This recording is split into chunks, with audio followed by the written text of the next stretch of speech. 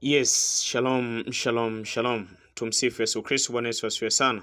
Karibu tena katika madhabahu yetu ya Prayers Charismatic. Ikiwa ni mara yako ya kwanza, basi hakikisha unabonyeza neno like, kushare pamoja na kusubscribe ili basi uwe wa kwanza pindi tu taarifa majumbe hizi na mafundisho haya yanapoachiliwa. Napenda kukaribisha sana, na siku ya leo tutakwenda kuendelea na somo ambalo tulikuwa nalo kwa wiki iliyopita, safari ya maisha yako. Tulitazama sehemu ya kwanza kabisa ambayo tulitazama namna ambavyo Mungu anaweza akaingilia kati maisha ya mtu. Namna gani Mungu anaweza kuingilia kati maisha ya mtu? Na tukamtazama mtume Paulo, na tunaongozwa na kile kitabu cha Matendo ya Mitume, ile sura 22 mstari wa 6 hadi ule mstari wa 10. Na siku ya leo tutakwenda kuzungumza nuru ya Mungu katika giza la maisha ya mwanadamu, ama maisha ya muamini. Nuru ya Mungu katika giza la maisha ya muamini. Na sehemu yetu ya pili hii, kwa utangulizi, wapo watu wengi ambao wanapitia giza katika maisha na hawajui kesho yao itakuwaje. Hawana majibu, na wengi huanza kuhisi kama Mungu amewaacha. Tunapitia misukosuko, tunapitia mangaiko, tunapitia mambo ambayo kimsingi kwa akili zetu, fahamu zetu tunakuta kwa wakati hatuzielewe, lakini maandiko yanakuja na majibu, yanakuja na kile ambacho kwa namna ya kawaida kibinadamu unakuta ni ngumu kuweza kufikiri, kwamba nuru ya Mungu katika giza la maisha ya mtu. Twende pamoja, mtu wa Mungu, anza nami, maliza na mimi. Siku zote Mungu hatazami giza, bali utazama kusudi lake. Hilo la kupasa utambue katika maisha yako. Pamoja na kwamba kuna giza ambao nalitazama katika maisha yako, lakini Mungu atazami hilo giza.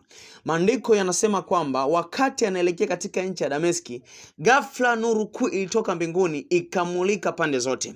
Maandiko yanasema neno ghafla, manake hakutarajia. Tutakwenda kujifunza nini ambacho Kristo anatamani tukipate hapa siku ya leo.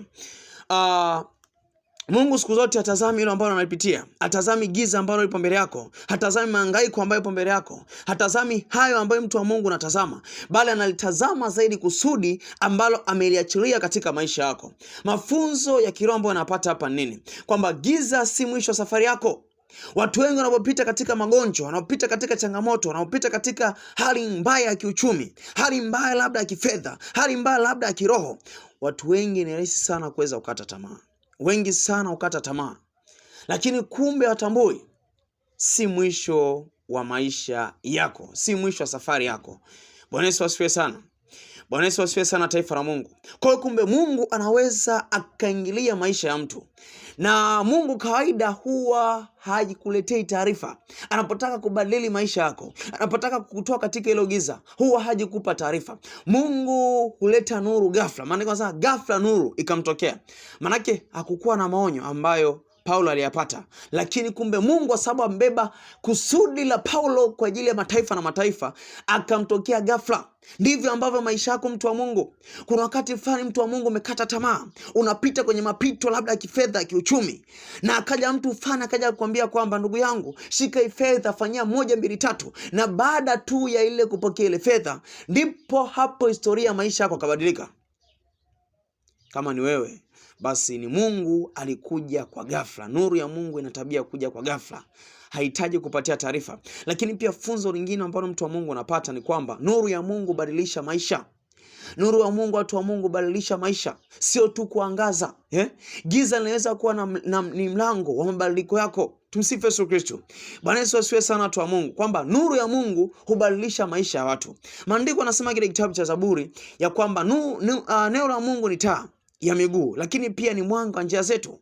Kwa hiyo kumbe nuru ya Kristo inapokuja, haiji tu katika kuona kwamba kukuangaza, inakuja pia katika kukuongoza. Anasema nifundishe katika njia zako, niyajue yaliyo mapenzi na mapito yako. Tumsifu Yesu Kristo. Kwa unapolitambua kwamba nuru ya Mungu ama neno la Mungu sio tu nuru, sio tu mwanga, lakini pia inakupa maelekezo.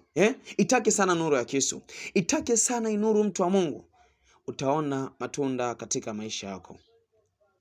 Ujumbe ambao Mungu anatamani upate siku ya leo: usiogope giza unalolipitia leo.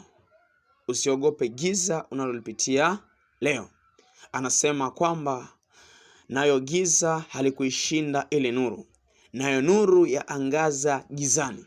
Kwa hiyo nuru ya Kristo ina tabia kuangaza gizani, nayo giza haiwezi kuishinda ile nuru. Kwa hiyo yawezekana mtu wa Mungu unaogopa, unakaa na hofu kwamba hii hali itaisha lini? Hii hali itakuwaje? Kwamba nitapitaje hapa. Lakini Mungu anatamani utambue kwamba yeye haogopeshwi na giza. Na giza siku zote haliwezi kushinda ile nuru. Magonjwa yaliyokuwa nayo hawezi kushinda uponyaji wa Kristo. Hawa watesi ambao wamekuzunguka hawezi kushinda mamlaka ambayo Kristo amewekeza katika maisha yako. Kwa hiyo muamini Mungu siku ya leo. Anasema kwamba inawezekana kwa Mungu kabisa, inawezekana kabisa kwamba Mungu anakaribia kuleta nuru ambayo itakaa ikabadilisha hatima na historia ya maisha yako. Usikate tamaa mtu wa Mungu. Mungu pamoja na wewe. Shalom, shalom, shalom.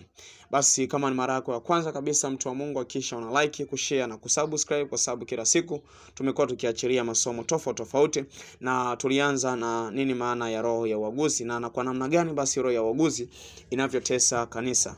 Ni Prayers Charismatic. Hakikisha una share, kulike na kusubscribe basi ili kusudi uwe wa kwanza kabisa kuona kwamba unakuwa mnufaika wa hizi jumbe na haya mafundisho. Na hatua ama sehemu yetu inayofuata tutakwenda kuangalia sauti inayoweza kubadilisha maisha yako. Sauti inayoweza kubadilisha maisha yako. Kwa hiyo hakikisha una like ili kusudi, una subscribe ili kusudi usipitwe na sehemu ya 3 ya namna gani. Zipo sauti nyingi mtu wa Mungu ambazo zinaweza zikakasikia. Zipo sauti nyingi katika dunia. Lakini kuna baadhi ya taarifa tunapokea kupitia hizo sauti. Lakini kuna sauti ambayo mtu wa Mungu hujasikia bado. Hiyo sauti mtu wa Mungu ukisikia, hiyo hali ambayo upo nayo mtu wa Mungu itakuacha mara moja. Hiyo sauti mtu wa Mungu ukisikia, hiyo hali ambayo upo nayo itakuacha mara moja.